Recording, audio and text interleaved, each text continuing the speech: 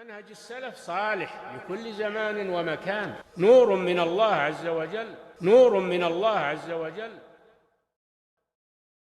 All of this gold and luxury is nothing but the enjoyment of this worldly life.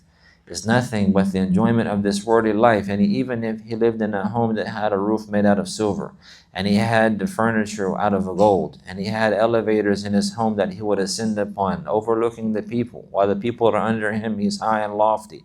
All of this is nothing except for the enjoyment of this worldly life, and it does not last, and it does not last, and it will not last for anyone. And even the richest people, they grow old, and the richest people, they get sick, and the richest people, many of them are handicapped and they cannot even move, but they have much wealth, but that wealth will not avail them.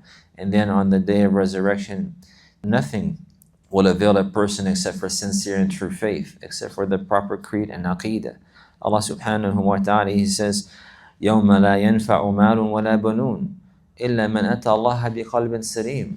On the day of resurrection, no wealth and no children will avail a person whatsoever, except for the one who comes to Allah with a sound heart. بِقَلْبٍ سَلِيمٍ يعني بِعَقِيدَةٍ صَافِيَةٍ راسخة ثابتة في القلب سليمة من الشبهات والشهوات. Except for the one who comes to Allah with a sound heart, meaning a heart that has the pure creed, the sound creed, the firm creed, that is free from doubts and misconceptions and the love of the impermissible lusts and showing preference to the worldly life. This is what will benefit. العقيدة الصافية الراسخة الثابتة في القلب هي المنجية يوم القيامة عند الله سبحانه وتعالى. This is the means to be safe with Allah on the day of resurrection.